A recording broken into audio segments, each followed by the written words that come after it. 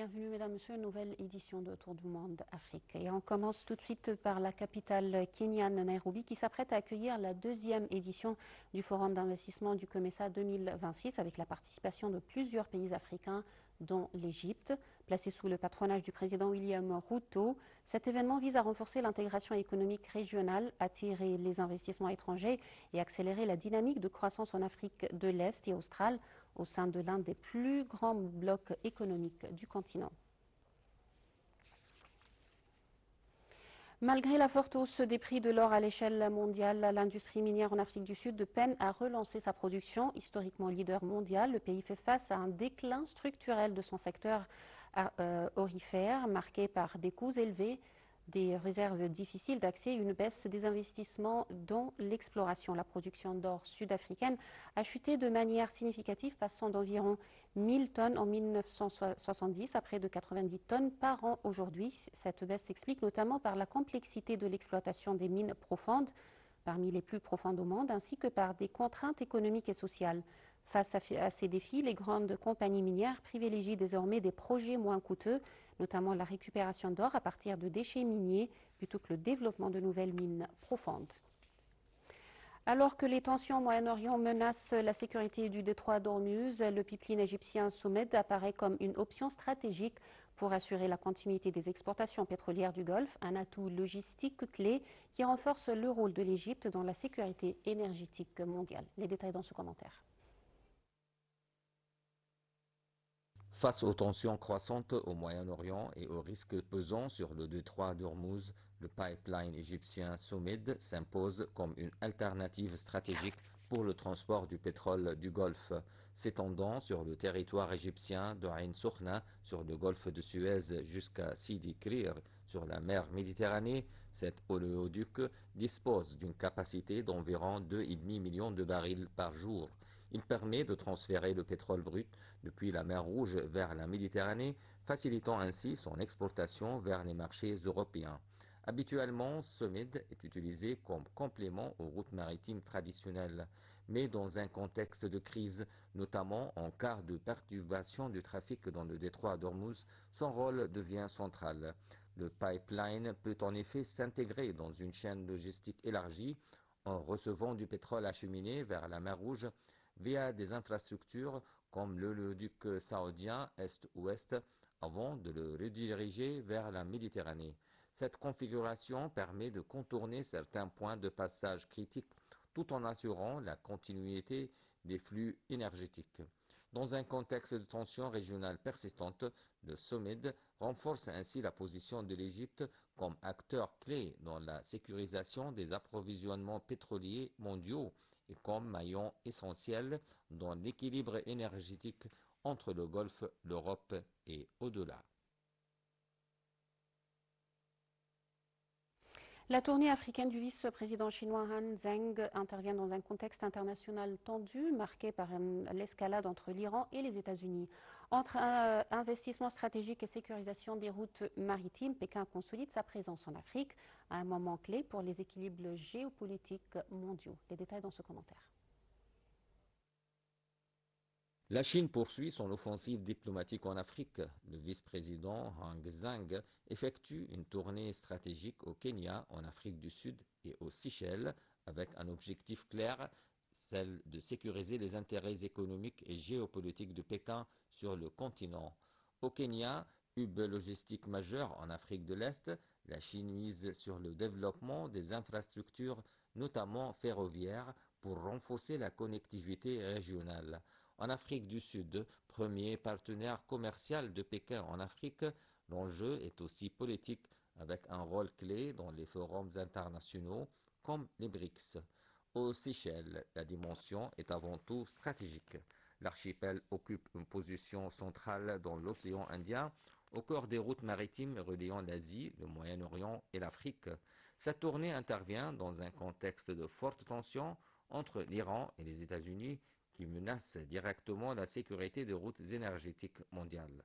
Les perturbations en mer Rouge ou dans le détroit d'Ormuz pourraient affecter les approvisionnements, notamment pour des puissances dépendantes comme la Chine. Face à ces risques, Pékin anticipe En renforçant ses partenariats africains, elle cherche à sécuriser ses chaînes d'approvisionnement, protéger ses investissements et étendre son influence dans des zones stratégiques. Plus qu'une simple visite diplomatique, cette tournée illustre une stratégie de long terme, faire de l'Afrique un pilier central dans la projection de puissance chinoise à l'échelle mondiale.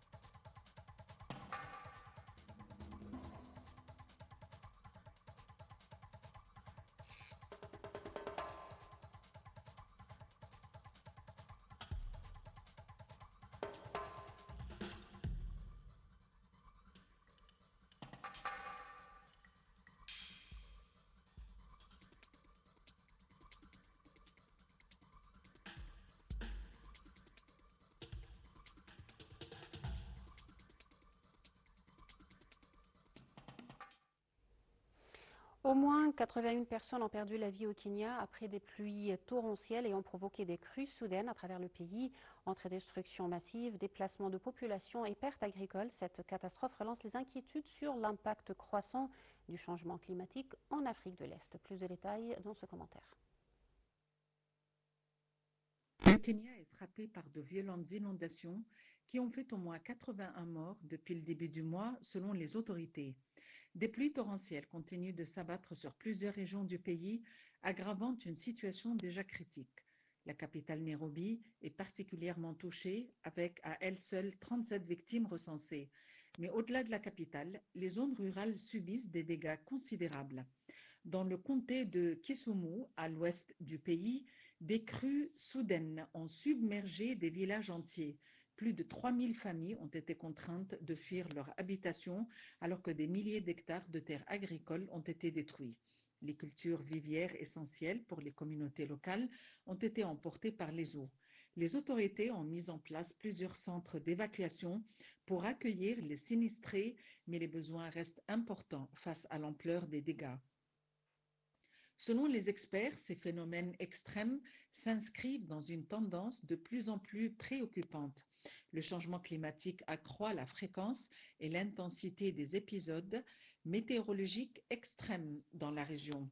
L'Afrique de l'Est, en particulier, fait face à une alternance de sécheresses sévères et de pluies intenses au cours des dernières années, mettant à rude épreuve les populations et les économies locales.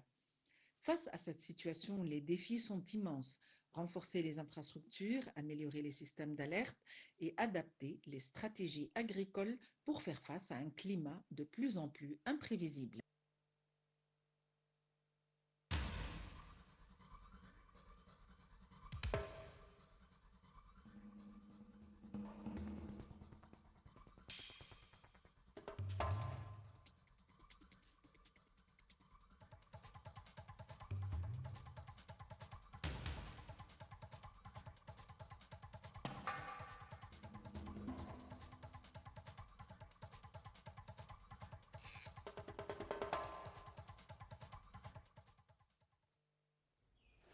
Et au Mozambique, au moins 18 personnes ont perdu la vie à la suite d'une deuxième vague d'inondations provoquée par de fortes pluies qui continuent de toucher plusieurs régions du pays. Les autorités ont indiqué que des milliers de personnes ont été déplacées, tandis que des habitations et des infrastructures ont été gravement endommagées. Les provinces les plus touchées incluent le centre et le nord du pays, où les crues des rivières ont submergé des villages entiers. Les équipes de secours poursuivent les opérations d'évacuation et la distribution d'aide humanitaire, malgré des conditions météorologiques difficiles. Le gouvernement mozambicain a lancé un appel à l'aide internationale pour faire face à cette crise, alors que les prévisions annoncent de nouvelles pluies dans les prochains jours, augmentant les risques d'inondations supplémentaires. Et on termine avec le sport. Le Zamalek porte les espoirs de la Confédération africaine après avoir validé son billet pour les demi-finales. Le club Kérot s'est imposé 2-1 face à l'AOS Otoo lors du match retour, assurant une qualification sur un score cumulé de 3-2. Cette victoire permet à Zamalek de rester le seul représentant égyptien encore en lice dans la compétition.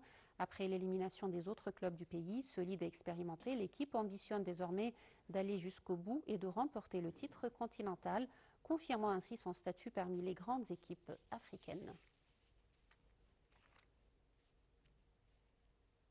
Avec cette nouvelle, mesdames et messieurs, nous parvenons au terme de cette édition du Autour du monde Afrique et également au terme de nos émissions langue française qui doivent reprendre ce soir à 18h heure du Caire. Merci pour votre attention.